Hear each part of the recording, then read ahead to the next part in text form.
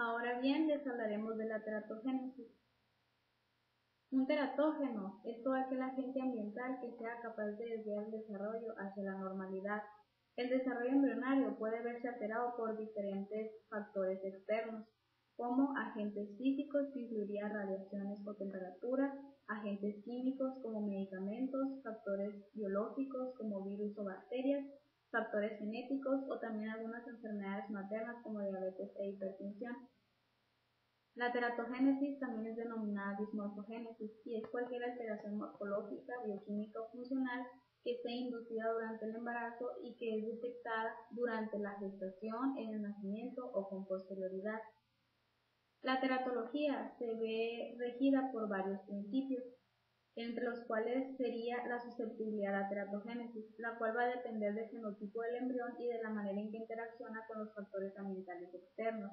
Esta susceptibilidad también varía de acuerdo con la fase de desarrollo en la que se encuentra el embrión en el momento de producirse la exposición a los agentes. Las manifestaciones vinculadas al desarrollo normal incrementan su frecuencia y grado a medida que aumenta la dosis de exposición. Los agentes teratogénicos actúan a través de mecanismos específicos sobre las células y tejidos en desarrollo, dando lugar a una secuencia de sucesos anormales. El acceso de los agentes adversos a los tejidos en desarrollo va a depender de la propia naturaleza del agente.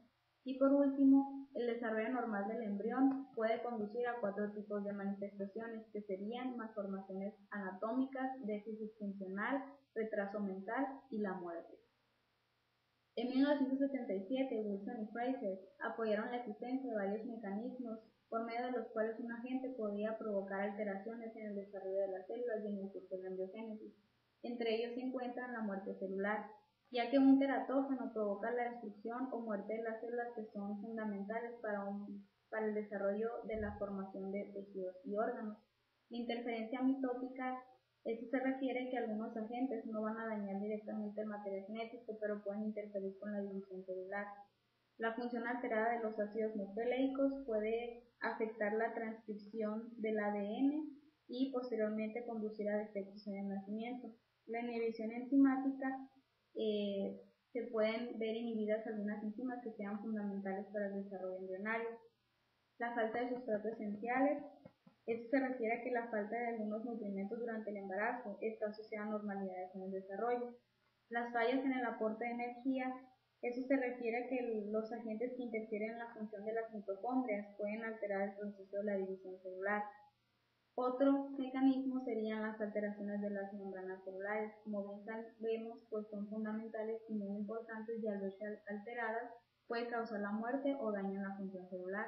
Y por último tendríamos la genotoxicidad, que como bien sabemos, pues algunos agentes genotóxicos pueden ser potentes teratógenos y conducir a alteraciones en el desarrollo embrionario.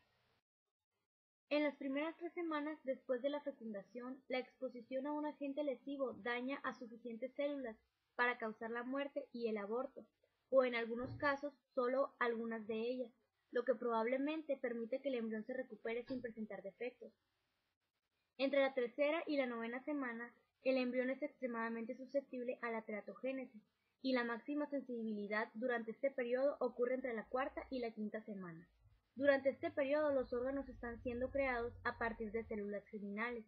El periodo fetal que sigue es la organogénesis, que está caracterizada principalmente por el crecimiento y la maduración de los órganos, con susceptibilidad a teratogénesis muy reducida. En cambio, el feto es susceptible al retraso del crecimiento o la lesión de los órganos ya formados. La teratogénesis y los defectos genéticos pueden actuar en varias etapas implicadas en la morfogénesis normal. Entre ellas se incluyen las siguientes: la migración celular adecuada a localizaciones predeterminadas que influyen en el desarrollo de otras estructuras, proliferación celular, que determina el tamaño y la forma de órganos embrionarios, interacciones celulares entre tejidos derivados de estructuras diferentes, lo que afecta la diferenciación, apoptosis, lo que permite una organización de los tejidos y órganos durante la embriogénesis, y las influencias hormonales o fuerzas mecánicas, lo que afecta a la morfogénesis a muchos niveles. Se sabe que existen 3 grupos de genes principales que controlan diversos aspectos básicos de la morfogénesis. Estos son el OX, el PAX y el Zinc Fingers. La familia OX es una secuencia de 180 pares de bases conservadas, que codifican para los factores de transcripción del destino celular y el crecimiento axial e interviene en la correlación temporoespacial. La segunda familia, que es la PAX, es una secuencia conservada que codifica para 130 aminoácidos y también para factores de transcripción. Se conocen 8 genes en humanos y se sabe, por ejemplo, que el gen PAX3 es causal del síndrome de Waardenburg. Y la tercera familia, la zinc finger, son residuos de cisteína con ion de zinc. Los genes que codifican para las proteínas de este complejo tienen papel regulatorio y un ejemplo de ellos es el causal del tumor de Wilms y la cefalosindactilia. Ahora, para evaluar el riesgo de exposición a un agente teratogénico en particular, se deben de considerar ciertos principios básicos acerca del mecanismo de acción de los teratógenos. Es bien claro que existen diversos factores los cuales influyen en el posible efecto de un agente, de tal manera que no es lo mismo estar expuesto en los primeros días o en el primer trimestre del embarazo que al final, ni es lo mismo recibir una dosis alta que una dosis baja, ni es igual recibir solo un agente que 2 o más, como tampoco es igual el efecto en las otras personas. Por ello debemos estudiar 4 puntos muy importantes, lo que viene siendo las fases susceptibles durante el desarrollo, las bases genéticas, las cuales van a determinar la susceptibilidad a teratógenos, la relación que hay entre la dosis-respuesta en los efectos teratogénicos y los efectos teratogénicos de algunas sustancias. Bueno, como punto número 1 vamos a hablar de las fases susceptibles durante el desarrollo. Los estadios del desarrollo no son todos igualmente susceptibles de sufrir algún daño por un agente externo. El periodo más sensible ocurre durante la organogénesis, la cual se lleva a cabo en el primer trimestre del embarazo, cuando hay una alta tasa de diferenciación y migración celular. La exposición del embrión durante este periodo crítico probablemente lleve a una malformación. Ahora, punto número 2. Las bases genéticas, las cuales determinan la susceptibilidad a teratógenos. El que los humanos no reaccionan todos de una misma manera es algo que ya sabemos. En buena parte las diferencias genéticas de cada uno son las que hacen que cada uno sea más o menos susceptible a la exposición de determinados agentes. Diversos estudios en animales han demostrado una marcada diferencia en la susceptibilidad al daño teratogénico entre las especies e incluso entre los miembros de una misma especie, así incluyendo a los humanos.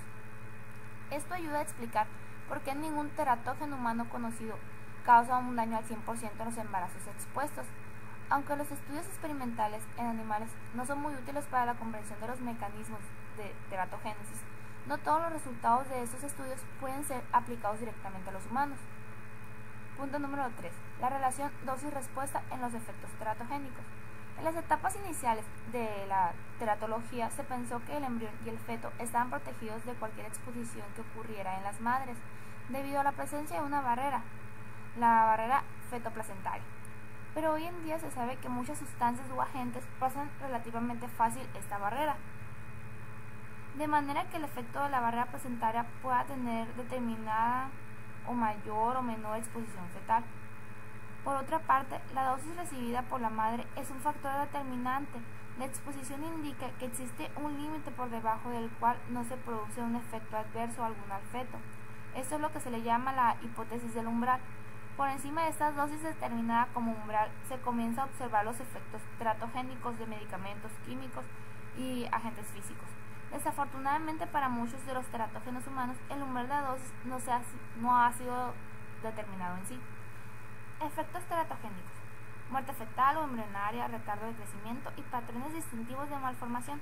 Los teratógenos actúan interfiriendo el crecimiento celular embrionario y fetal, así como la proliferación y migración y diferenciación celular. Este proceso ocurre a través de la interacción del agente con un receptor o receptores específicos de los estadios susceptibles del desarrollo. Las manifestaciones más comunes de la teratogenicidad suelen ser diferenciadas en el crecimiento prenatal o muerte del organismo en la vía del desarrollo. Por otra parte, se ha podido identificar un patrón de malformación específico para cada teratógeno, lo que parece estar explicado por el hecho de que varios de ellos pudieran actuar a través de las mismas vías metabólicas, produciendo entonces modelos similares a los de las malformaciones.